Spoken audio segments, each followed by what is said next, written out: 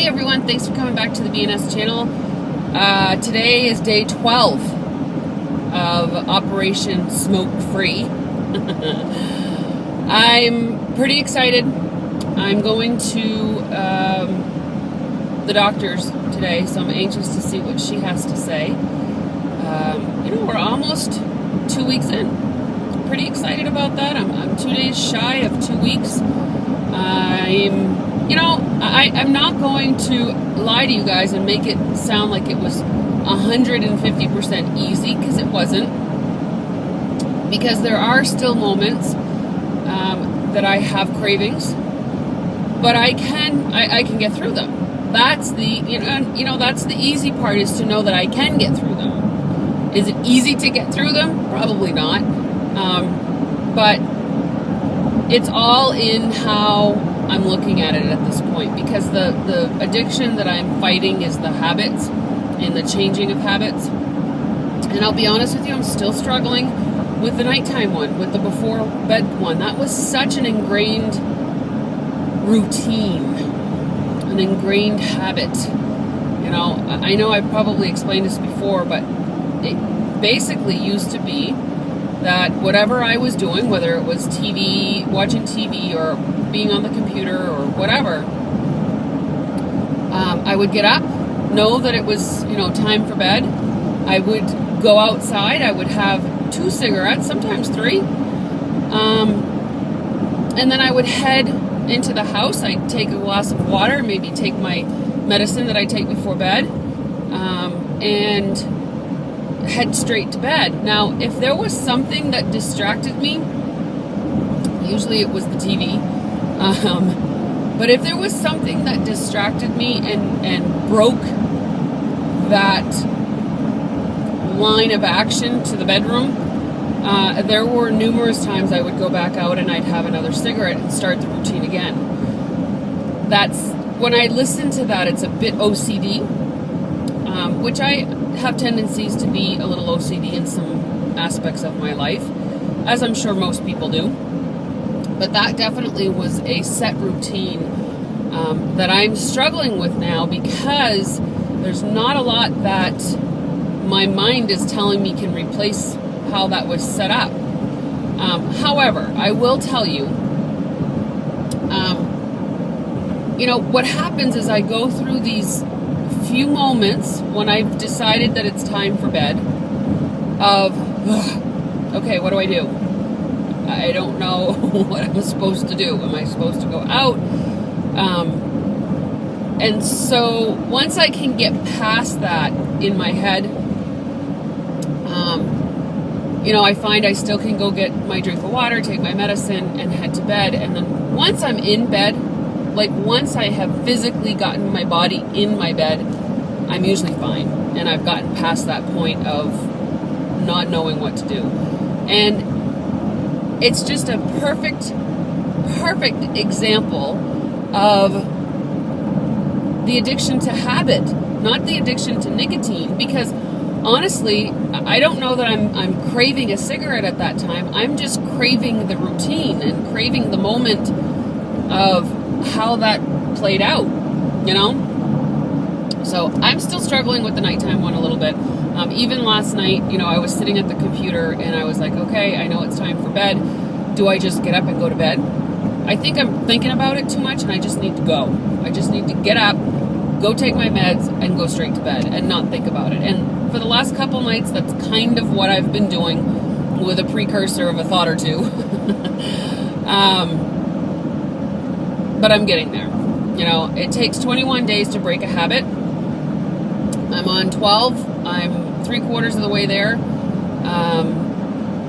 And that makes me feel confident that it's going to be a cinch pretty soon, and it's not going to be an issue anymore. I want to talk to people that have come to me at this point. I am thrilled. If I can inspire anyone in this world, I feel like I have done or am doing what I'm supposed to be doing on this earth. Fulfilling the purpose that I believe I've been given. And anytime I go through a struggle, I like to share it, because it seems as though other people are able to be inspired by either the strength or the motivation or the knowledge that I gain, that I pass on to you guys. And so that's important to me. And so there's been a lot of people that have approached me, whether it be through private message, email, phone, whatever, that say that they are inspired to also try and kick the habit. I'm here to tell you, first of all, there is no such thing as word try. You either do or you don't. Because trying means that you are trying to or trying not to. So it's kind of an in-between cop-out word as far as I'm concerned. You either do or you don't. There is no trying. And that's my opinion. Don't get all up in huffs because of that. So I encourage all of you, if you are wanting to quit, become a non-smoker and just do it, because trying to quit is such an oxymoron to me, because quitting means to stop. And if you're trying to quit, then you're just trying to stop. You're not actually stopping.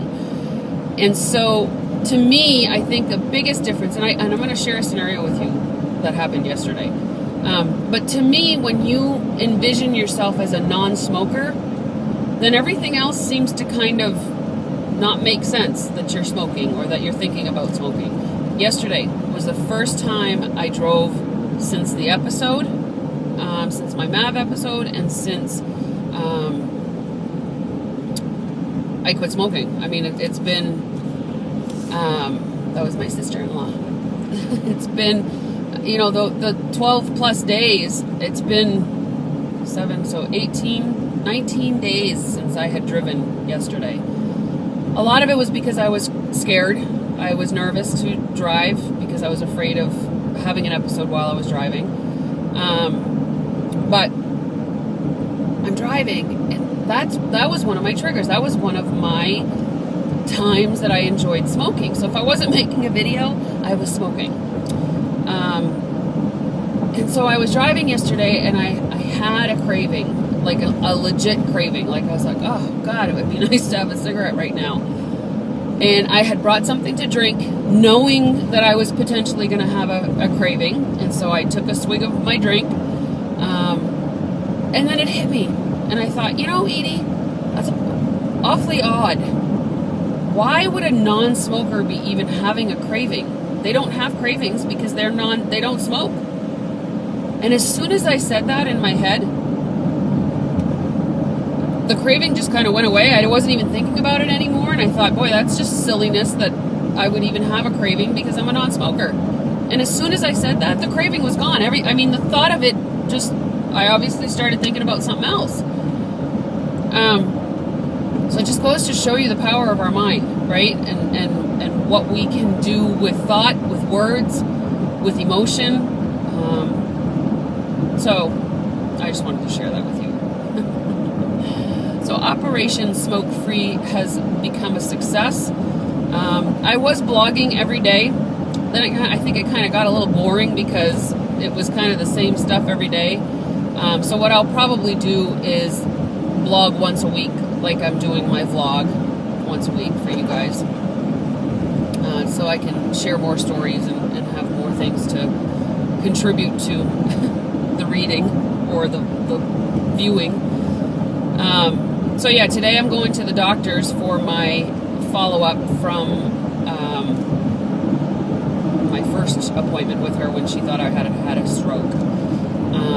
So anxious to see what she says. I think she'll be pretty excited that I quit smoking and that I was successful with it. I'm going to see what she has for suggestions in regards to my nighttime ritual thing, going to bed. I do take a preventative medicine every night before bed for my migraine symptoms or whatever might come up, whether it's the vertigo or the headache or the auras or whatever. And since I started taking them, I have not had any issues. I still still periodically get a moment where I feel what I call windy. Like a gust of wind just kind of blew by me and made me a little bit unsteady. But it only lasts for a second or so and it's gone. So I'm going to talk to her about that today and see if that's something that we should be concerned about or if it's nothing to be concerned of. But otherwise, I'm good. I'm feeling good. Like I said, I'm not really feeling much different with the whole lung thing, but I was looking at my app the other day, and I don't have it here. Yeah, I do. I was looking at my app the other day, and as far as lung healing, nothing has happened yet as far as, either lung capacity or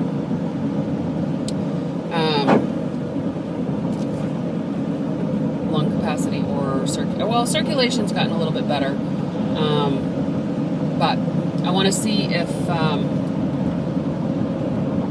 anything's gotten better here. And yeah, I know, don't yell at me. So I'm just going to show it to you. I don't even think that I need to. So that's where I'm at with my healing, according to this app, and who knows.